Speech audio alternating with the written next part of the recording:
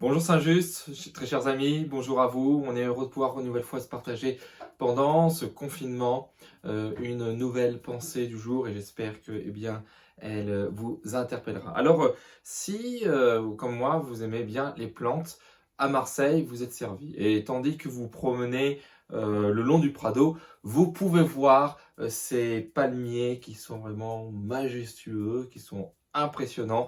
Bref, on est bel et bien au bord de la Méditerranée, avec son climat plutôt doux. Voilà, il est fait bon vivre. Hein, vous qui habitez ailleurs, hein, en France, on vous invite à venir. C'est un arbre, le palmier, qui a de prodigieuses ressources. C'est un arbre qui est prodigieux.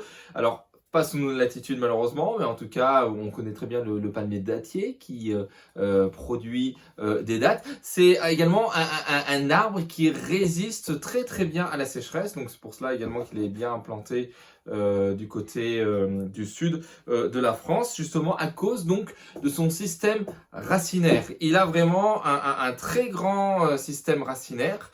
Et donc les découvertes, hein, donc il y a longtemps, alors notamment en milieu aride, beaucoup plus aride qu'à Marseille, ont montré que les racines pouvaient atteindre une longueur de 8 mètres et parfois même 15 mètres de profondeur pour aller chercher tout simplement l'eau, et même elles peuvent s'étendre horizontalement sur 30 mètres. Bref, on comprend pourquoi le psaume 92 au verset 13 compare les justes aux palmiers. Les justes, nous disent l'Écriture, croissent comme le palmier. Il peut y avoir la sécheresse, il peut y avoir le vent tempétueux, même très sec, le palmier va continuer de grandir et de produire son fruit. Mais vous me direz-vous, alors c'est un arbre formidable, merveilleux. Le juste, finalement, comme le palmier, ne craint rien.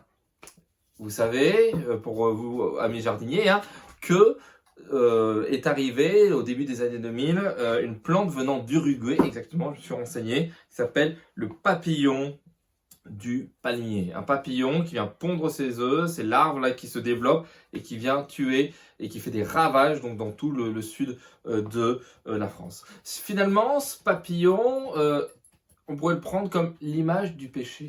Si le juste ne fait pas attention, et même s'il fait attention, le péché essaiera toujours de le contaminer. Alors d'abord, d'une manière larvaire, ça ne se voit pas, mais jusqu'au jour où si on ne fait pas attention, si on ne lutte pas contre le péché qui va se manifester, et à la fin, c'est la mort.